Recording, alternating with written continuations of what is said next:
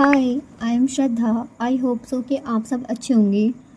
तो I am a NEET dropper. मैंने 2025 का नीट का एग्ज़ाम दिया था, जिसमें मेरे मार्क्स ज़्यादा अच्छे तो नहीं बने, बट फिर भी मेरे 300 मार्क्स आए हैं और इतने मार्क्स पर मेरी रैंक 4 लाख समथिंग है।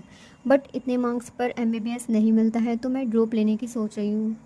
बट कुछ कंडीशंस की वजह से मेरा 4 मंथ का बैकलॉग हो चुका है। अब इस बैकलॉग को मैं कंप्लीट करूँगी फ़िज़िक्स वाला के यकीन 2.0 बैच से। मैं ऑनलाइन प्रिपरेशन करूँगी और ऑफलाइन टेस्ट सीरीज़ लूँगी। ओके, तो इस वीडियो में मैं आपको बताऊँगी my complete strategy to clear my 4 month backlog. इस वीडियो को मैंने 5 स्टेप्स में बांटा है, मतलब मैं आपको 5 स्टेप्स बताऊँगी, जिसमें स्टेप्स में मैं अपना बैकलॉग कैसे क्लियर करूँगी। तो आइए स्टार्ट करते हैं। ओके, तो अब मेरे टीचर कॉम्बिनेशन कौन से हैं यकीन 2.0 बैच से। तो सबसे पहले मैं फ़िज़िक्स पढ़ूंगी मैं एमआर सर से, क्योंकि मुझे बेसिक्स से समझना है, तो I think MR sir best रहेंगे फ़िज़िक्स के लिए। फॉर फिज़िकल केमिस्ट्री मैं अमित महाजन सर और सुधांशु सर में थोड़ा कंफ्यूज हूँ, क्योंकि मैंने दोनों से ही नहीं पढ़ा। पिछली बार मैंने ऋतिक सर से पढ़ा, तो प्लीज़ आप बताना कि मतलब अमित महाजन सर अच्छा पढ़ा रहे हैं या सुधांशु सर। और for organic chemistry SKC sir से पढ़ूंगी मैं। और for inorganic chemistry Mohit sir से। फॉर बायोलॉजी विपिन सर से। एंड फॉर जूलॉजी मैं MD सर से पढ़ूंगी, जो कि दूसरे इंस्टीट्यूट से हैं, लेकिन ठीक है मैं उनसे कवर कर लूँगी। तो ये है मेरे टीचर कॉम्बिनेशन। ओके, तो अब बात करते हैं हम अपने बैकलॉग एनालिसिस की, मतलब मेरा कितना बैकलॉग है। ओके, तो अब मेरे टीचर कॉम्बिनेशन हो गए हैं। अब हम अपने बैकलॉग को एनालिसिस करेंगे कि मतलब हमारा कितना बैकलॉग है। तो सबसे पहले फ़िज़िक्स। तो फ़िज़िक्स हम MR सर से पढ़ेंगे। तो उन्होंने 8 चैप्टर्स का बैकलॉग है, उसमें मेरे 8 चैप्टर्स का बैकलॉग है। तो टोटल मेरे 90 लेक्चर्स का बैकलॉग है फ़िज़िक्स में। और फॉर केमिस्ट्री, जो कि मैं अभी पता नहीं मतलब किन से पढ़ूंगी, लेकिन मैंने अमित महाजन सर वगैरह के देखे हैं, तो उसमें मेरे 90 लेक्चर्स का बैकलॉग है। अच्छा, फॉर बॉटनी मेरे छः चैप्टर्स का बैकलॉग है और मेरे टोटल 44 लेक्चर्स का बैकलॉग है। फॉर जूलॉजी मेरे टोटल 6 चैप्टर्स हो चुके हैं और मेरे 42 लेक्चर्स का बैकलॉग है। अब मैं ये कैसे क्लियर करूँगी ये वाला बैकलॉग। तो करंटली इनऑर्गेनिक केमिस्ट्री में पीरियोडिक टेबल चल रहा है, तो पीरियोडिक टेबल तो मतलब मैं साथ साथ चलती रहूँगी। इनऑर्गेनिक और ऑर्गेनिक जो है मैं साथ साथ चलूँगी, मतलब रनिंग सिलेबस जो है उसके अनुसार। तो एक लेक्चर तो ये मेरा दिन में डन है। दूसरा, बायोलॉजी में जो भी चल रहा है मैं उसके साथ साथ चलूँगी, तो एक दिन में वो वाला लेक्चर भी डन है। तो एक दिन में मैं 2 करंट सिलेबस के अनुसार लेक्चर लूँगी और 3 बैकलॉग कवर करूँगी। ओके, तो अब क्लास नोट्स की मतलब मटेरियल। तो क्लास नोट्स मैक्सिमम चैप्टर्स के नोट्स तो मेरे कंप्लीट हैं। मैक्सिमम चैप्टर्स के नोट्स मेरे पिछले वाले साल के जो है मैं वहीं से कंप्लीट करूँगी, मतलब नोट्स नहीं बनाऊँगी मैं। 2-3 चैप्टर हैं मेरे जिनके मैं नोट्स बनाऊँगी। फॉर बोटनी में मैंने सर से पढ़ा था, तो मेरे मैक्सिमम चैप्टर्स के नोट्स बने हुए थे। फॉर फिजिक्स में मैं नोट्स नहीं बनाऊंगी, क्योंकि ज़्यादा टाइम नहीं है, तो मैं या तो PDF निकलवा लूँगी, और थोड़े चैप्टर्स के नोट्स मेरे पास हैं। फॉर केमिस्ट्री के नोट्स भी मेरे पास हैं। 2-4 चैप्टर लास्ट के हैं जिनके मुझे नोट्स बनाने हैं, तो सिर्फ मैं उनके ही नोट्स बनाऊँगी, बाकी मैं नोट्स नहीं बनाने वाली हूँ। और या फिर मैं PDF भी निकलवा सकती हूँ, अभी ज़्यादा नहीं पता है, देखते हैं आगे कैसे होता है।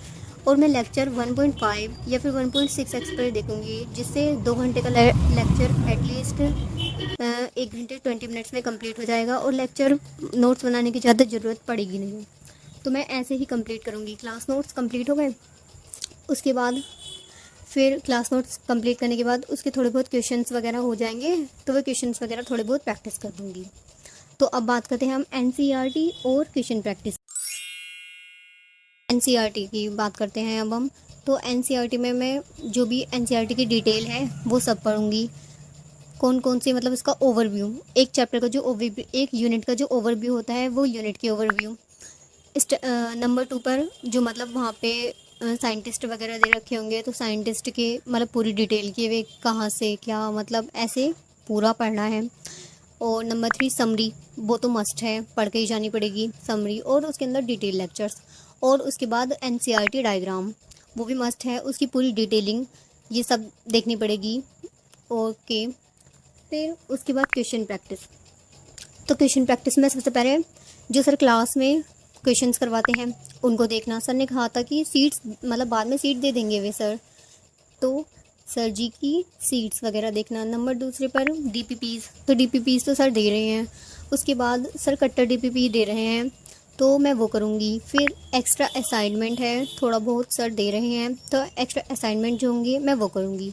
एक दो इंस्टीट्यूट के मॉड्यूल्स का भी मुझे कुछ पता नहीं है कि मतलब मैं कौन से मॉड्यूल फ़ॉलो करूँगी या कौन से मॉड्यूल फ़ॉलो नहीं करूँगी। अगर आपको पता है कि मतलब कौन से मॉड्यूल फ़ॉलो करने चाहिए तो आप मुझे बताना। मतलब जो थोड़ा बहुत एनसीईआरटी मतलब एनसीईआरटी के आसपास हो, ज़्यादा मतलब ज़्यादा आउट ऑफ एनसीईआरटी ना हो, बट हाँ थोड़ा बहुत एनसीईआरटी तो जाना ही पड़ेगा। 2-4% वो तो सर बता ही देंगे कि कितना एनसीईआरटी में जाना है। तो यही है। और लास्ट में पीवाईक्यूज़, मतलब पीवाईक्यूज़ तो मोस्ट इम्पोर्टेंट है, तो मैं पीवाईक्यूज़ वगैरह पर भी बहुत अच्छे से ध्यान दूँगी।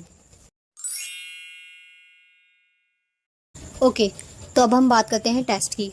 तो फॉर टेस्ट अब आप कितनी भी मेहनत कर लो, अगर आपने टेस्ट वगैरह नहीं दिया है, आप कितना भी पढ़ लो, कुछ भी कर लो, अगर आपने टेस्ट वगैरह नहीं दिया है तो आप मेन एग्ज़ाम में जाकर सिली मिस्टेक तो करने ही वाले हैं, क्योंकि आपने प्रैक्टिस नहीं की है। जैसे इनकरेक्ट वर्ड हो गया या करेक्ट वर्ड हो गया, ट्रू फॉल्स, इन सब में थोड़ा बहुत मतलब कन्फ्यूज़न हो ही जाता है।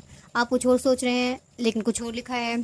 थोड़ा बहुत जैसे कि यूनिट पूछ ली है तो आप सिर्फ आगे की फिजिकल क्वांटिटी ही देख रहे हैं, यूनिट आप देख ही नहीं रहे हैं। तो अगर आप मतलब टेस्ट वगैरह नहीं देंगे तो सिली मिस्टेक होने के चांसेस बढ़ जाते हैं। फिर आप कितने भी पढ़ लीजिए, कितना भी रेक्टिफिकेशन कर लीजिए, मतलब इसमें ज़्यादा वो नहीं पड़ता।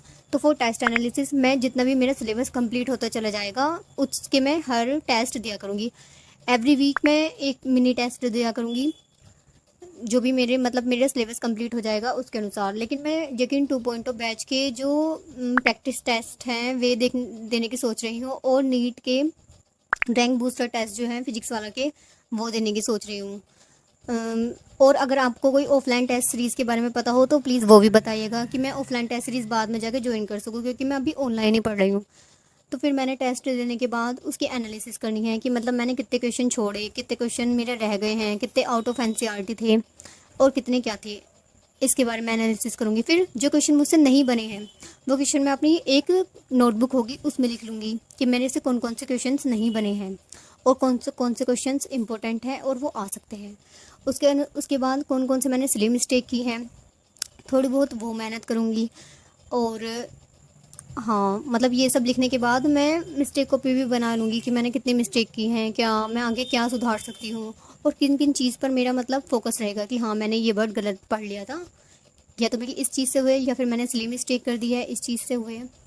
तो प्लीज़ आप बताइएगा कि मतलब मेरा प्लान कैसा है ये। और उसके बाद हाँ मैंने एक टैगिंग शीट भी देखी है जिसमें मैं लेक्चर्स, क्लास नोट्स, टेस्ट, डीपीपीज़ वगैरह इन सब पे वो करूँगी। और आगे आप सजेशन दीजिएगा आपको कैसा लगा मतलब मेरे ये प्लान। अगर आपको कुछ और बोलना है मतलब कुछ बताना है आगे, आप अपने सजेशन दे सकते हैं। Thank you for watching my video. अगर आपके कुछ भी सजेशंस हैं तो प्लीज़ आप बताइएगा। और हाँ प्लीज़ मुझे सुधांशु सर और अमित महाजन सर में से टीचर बताइए कौन से बेस्ट है। और प्लीज़ कोई सी भी ऑफलाइन टेस्ट सीरीज़ आप मुझे बता सकते हैं, क्योंकि मैं ऑनलाइन बैच से कर रही हूँ। तो अगर ऑफलाइन का फील नहीं आएगा तो फिर ऐसे मतलब ज़्यादा प्रेशर वगैरह भी नहीं हो पाएगा कि चलो ठीक है ऑनलाइन है ऐसे कर लेते हैं बाद में दे लेंगे टेस्ट। तो प्लीज़ अगर ऑफलाइन है तो प्लीज़ आप मुझे ज़रूर बताइएगा। Thank you for watching my channel.